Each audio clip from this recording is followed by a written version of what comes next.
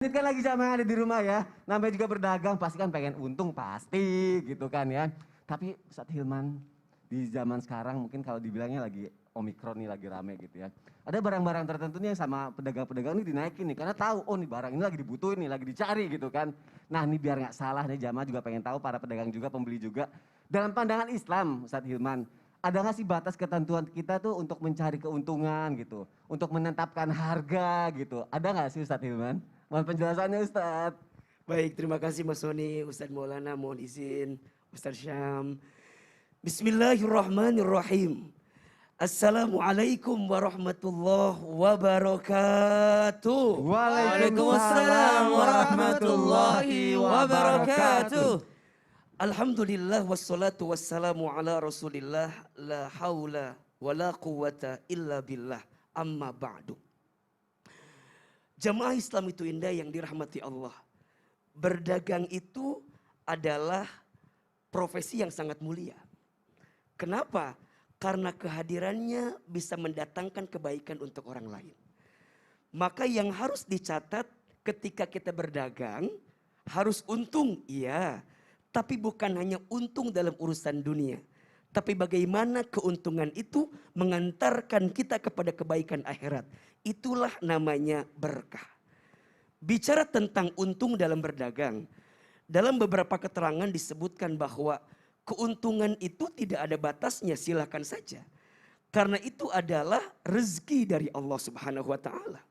Jadi kalau kita berdagang pengen mengambil untung sebesar-besarnya silahkan. Tapi dengan catatan tidak menzolimi orang lain. Disebutkan dalam sebuah hadis ada seorang sahabat bernama Urwah Al-Bariki radhiyallahu an. Satu kali beliau itu diberikan oleh Nabi uang 1 dinar untuk memberikan seekor kambing.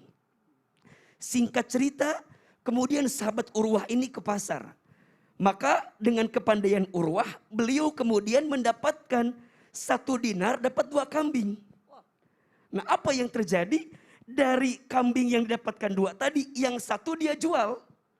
Yang 1 dikasih kepada baginda Nabi. Dia dapat untung dong 100%. Ya. Kemudian Urwah menyampaikan kepada Nabi SAW, ya Rasulullah, aku tadi melakukan hal seperti di atas. Apakah boleh? Apa jawaban Nabi? Barakallahu fik. Keberkahan untuk kamu sekalian. Kenapa? Karena keuntungan yang kamu dapatkan dari hasil usaha yang kamu lakukan. Ini menjadi dalil kalau kita mengambil keuntungan boleh silahkan.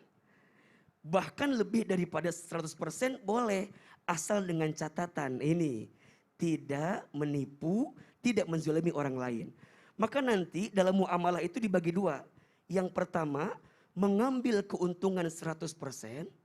Ada yang kedua menjual harga di atas harga pasar.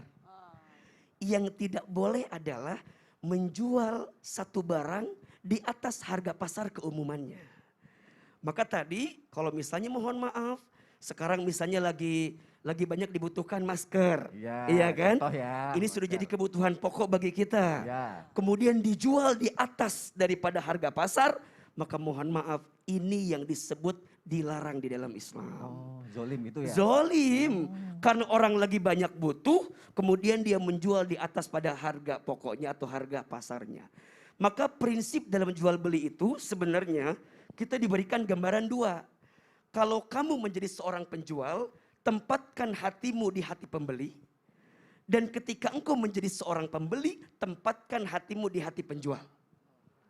Gimana maksudnya Ustadz? Kalau kita ngejual barang, boleh ambil untung, tapi lambok wajar ambil untungnya. Tempatkan hatimu di hati di pembeli, karena boleh jadi kalau kamu beli barang kemudian kemahalan, nyesek apa enggak? Ya, nyesek.